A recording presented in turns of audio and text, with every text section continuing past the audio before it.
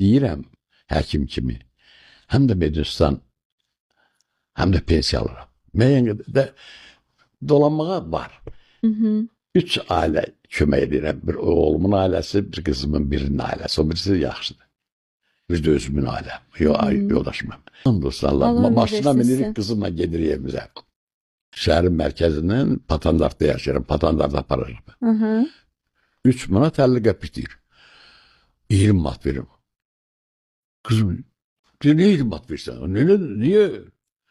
Deyirəm, evin yıxılsın. Mən o pula mən kağız kimi baxıram indi. O vaxtında olmadı. 11 manatdan ötürü zəll olmuşam. İnanırsa, Sovetskidə yaşayırdım. Oradan Semaşka xəstəxanasına 3 köprü olmadı ki, tramvayımla gələn piyada gəldim səhər-tezə. Həyatdır bu. Həyat insanı çox şeylər öyrədir. Əzab çəkməyən adam, əziyyət çəkməyən adam heç vaxt yaxşı insan ola bilməz.